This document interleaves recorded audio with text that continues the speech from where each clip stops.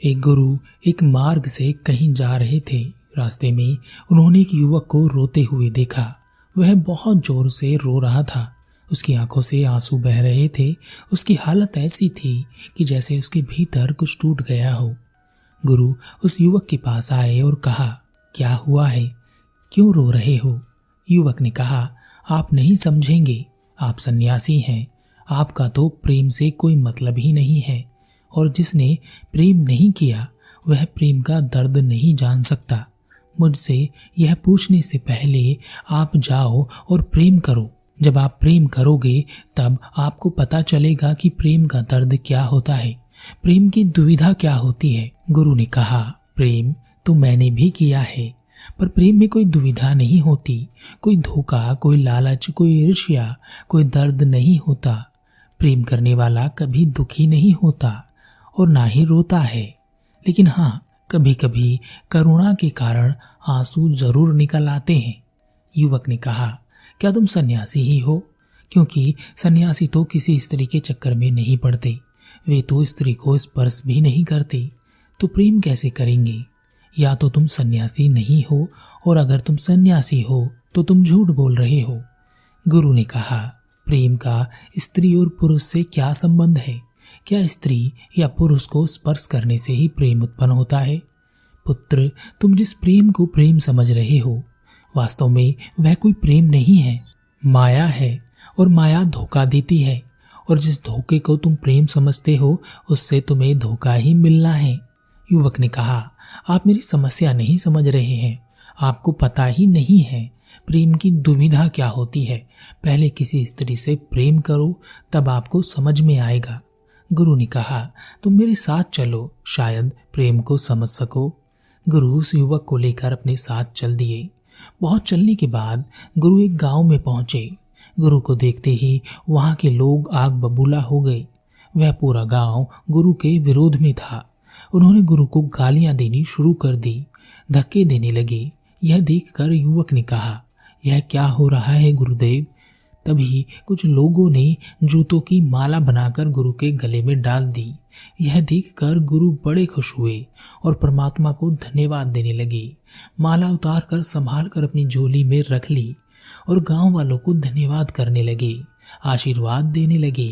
गांव वालों ने कहा, आप पागल हैं क्या? हम आपको गालियां दे रहे हैं, जूते की माला पहना रहे हैं, और आप खुश हो रहे हैं, आशीर्वाद दे रहे हैं। गुरु ने कहा, आप सब बड़े दयालु हैं।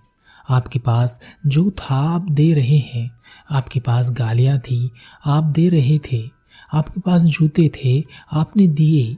ऐसे बहुत से गांव हैं जो कुछ देते ही नहीं हैं। जिसके पास जो होता है वह वही दे सकता है। वैसे भी मेरे जूते फट गए थे। इस भरी गर्मी में चलना बड़ा मुश्किल होता था। मन में केवल 2 जूतों की आश थी, पर इतनी जल्दी इतने सारे मिल जाएंगे यह नहीं सोचा था। आप सबका धन्यवाद। गुरु उस युवक को लेकर उस गांव से चले गए। रास्ते में उस युवक ने गुरु से पूछा, गुरुदेव, आप ऐसा कैसे कर सकते हैं? वह आपको गालियां दे रहे थे, आपको जूतों की माला पहना दी, और आप उन्हें आशीर्वाद दे रहे थे। गुरु ने कहा, जिसके पास जो होता है वह वही दे सकता है। उनके पास जो था उन्होंने दिया, मेरे पास जो था मैंने उन्हें दिया। प्रेम, करुणा, यही मेरे पास है और यही मैं दे सकता हूँ, और मैं उन्हें आशीर्वाद क्यों ना दूं? मेरे जूते देखो फट गए थे, इतनी भरी गर्मी में चलना भी कठिन होता था, और उनका प्रेम देखो, उन्होंने मुझे इतने सारे जूते दिए। इनमें से एक जोड़ी जूते मैं पहन लूंगा और बाकी जिनको जरूरत होगी दे दूंगा। गुरु उस युवक को लेकर आगे बढ़े। रास्ते में उन्हें भूख लगी। गुरु की झोली में थोड़ा भोजन था। गुरु ने आधा भोजन उस युवक को दे दिया और आधा खुद के लिए रख लिया। तभी वहां 2 छोटे बच्चे आए जो बहुत भूखे थे।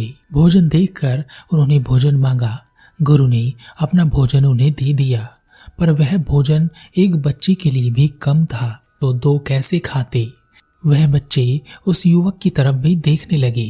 युवक ने कहा, ऐसे क्या देख रहे हो? जो मिला है उसे खा लो, भूख तो मुझे भी लगी है, आगे जाकर मांगो। गुरु ने युवक से कहा, तुम अपने प्रेम के लिए क्या कर सकते हो?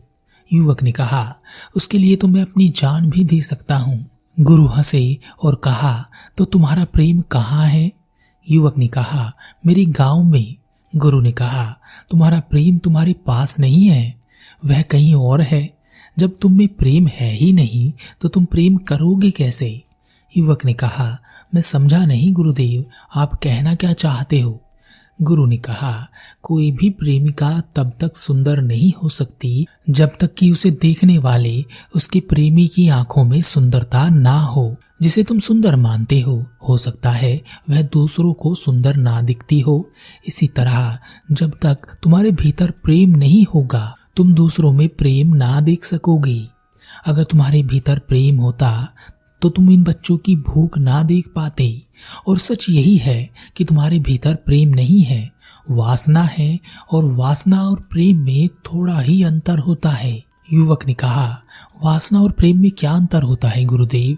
गुरु ने कहा, तुम्हें एक बीज मिला, अपने भीतर के प्रेम के कारण तुमने उस बीज को जमीन में लगाया, उसकी देखरेख की और धीरे धीरे वह अंकुरित हुआ, बड़ा होने लगा। उसकी तुम रोज देखभाल करते और एक दिन वह बहुत विशाल वृक्ष बन गया। उसकी छांव में तुम बैठते, उसके पास जाकर तुम्हें सुकून मिलता और उस पर सैकड़ों पक्षी अपना घोंसला लगाते। वह पेड़ लोगों को छांव देता, फल भी देता। तुम्हारे भीतर जो प्रेम था उस प्रेम से कितने लोगों का भला हुआ और तुम्हें दुख भी नहीं मिला। यही प्रेम होता है। युवक ने कहा, दुख मिलेगा गुरुदेव, जब वह पेड़ गिर जाएगा, मर जाएगा या उसे कोई काट देगा तो दुख होगा। मेरा प्रेम मुझे दुख देगा। गुरु ने कहा, ऐसा होने पर भी दुख नहीं होता। हमारे प्रेम के कारण हमारे भीतर करुणा उत्पन्न होती है, वह कोई दुख नहीं होता। युवक ने कहा, दुख और करुणा में क्या अंतर है? आंसू तो दोनों में ही निकलते हैं। गुरु ने कहा, तुम्हें एक बीज मिला, तुमने सोचा कि मैं इसे जमीन में लगाऊंगा, इसकी देखरेख करूंगा, इसे बड़ा करूंगा, इस पर मीठे फल लगेंगे जिन्हें बेचकर मैं धन कमाऊंगा, और जब यह बड़ा हो जाएगा तो इसकी लकड़ियों को बेच दूंगा जिससे मुझे धन की प्राप्ति होगी। तुमने उस बीज को लगाया, उसकी देखभाल की, बीज अंकुरित हुआ और बड़ा होने लगा, एक बड़ा वृक्ष बन गया। उसे देखकर तुम बहुत खुश हुए, पर उस पेड़ पर मीठे फल नहीं लगे और तुम्हारा सारा प्रेम उस पेड़ के लिए जैसे खत्म हो गया। तुम सोचने लगे कि मैंने इतनी मेहनत की और मुझे क्या मिला। तब तुमने उस पेड़ को काट डाला और उसकी लकड़ियां बेच दी। तब जाकर तुम्हारा दुख थोड़ा कम हुआ। ऐसा ही है तुम्हारा प्रेम। तुम्हें कुछ मिलता है तो तुम्हारा प्रेम उमड़ता है, कुछ नहीं मिलता तो तुम दुखी हो जाते हो और तुम्हारा प्रेम नफरत में बदलने लगता है। यही है वासना वाला प्रेम, जो भविष्य के लालच पर टिका होता है, अपनी इच्छाओं और महत्वाकांक्षाओं पर टिका होता है, जिन्हें पूरा होना ही होता है।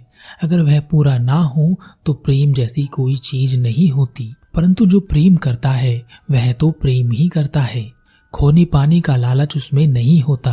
तुम्हारे भीतर प्रेम है तो तुम्हारी प्रेमिका या कोई और तुमसे प्रेम करे या ना करे इससे फर्क नहीं पड़ता, पर तुम सबसे प्रेम करते हो, इन भूखे बच्चों से भी। युवक ने अपना भोजन बच्चों को देते हुए गुरु से कहा, तो क्या गुरुदेव मुझे किसी लड़की से प्रेम नहीं करना चाहिए? गुरु ने कहा, ध्यान से सुनो। कभी तुम कहते हो मैं तुमसे प्रेम करता हूँ, कभी कहते हो नहीं करता हूँ। यह तुम्हारे हाथ में है, जो चाहे करो, चाहे तो करो, चाहे तो मत करो।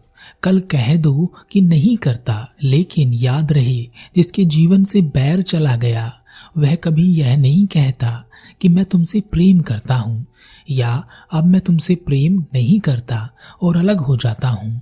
जो प्रेम करता है वह केवल एक ही बात कहता है, मैं प्रेम हूँ। तुम चाहे भला करो या बुरा करो, मेरा प्रेम हमेशा रहेगा। यह प्रेम मेरा स्वभाव है।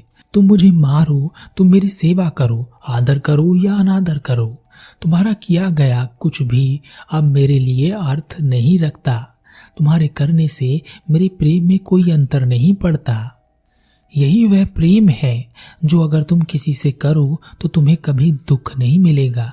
परंतु यह दुनिया जिसे प्रेम समझकर प्रेम कर रही है वह लालच और वासना का मिश्रण है। माया है जो प्रेम की माया दिखाती है, और जब यह टूटती है तो दुख और दुविधा दोनों होते हैं, क्योंकि लालच और वासना पूरी ना हो तो यही होता है। लेकिन प्रेम पूरा या अधूरा नहीं होता, वह बस होता है। यह पूरा ब्रह्मांड प्रेम के कारण ही है। इसकी उत्पत्ति प्रेम से ही हुई है। युवक को गुरु की बात समझ नहीं आई। युवक ने कहा, गुरुदेव, पहले किसी से प्रेम करो, किसी स्त्री से प्रेम करो, तब तुम मेरी दुविधा को समझोगे, ऐसे नहीं। गुरु मुस्कुराए और कहा, तुम्हें भूख लगी होगी, मेरे पास थोड़ा सा भोजन है, तुम इसे खा लो। युवक ने कहा, पर आप क्या खाएंगे गुरुदेव?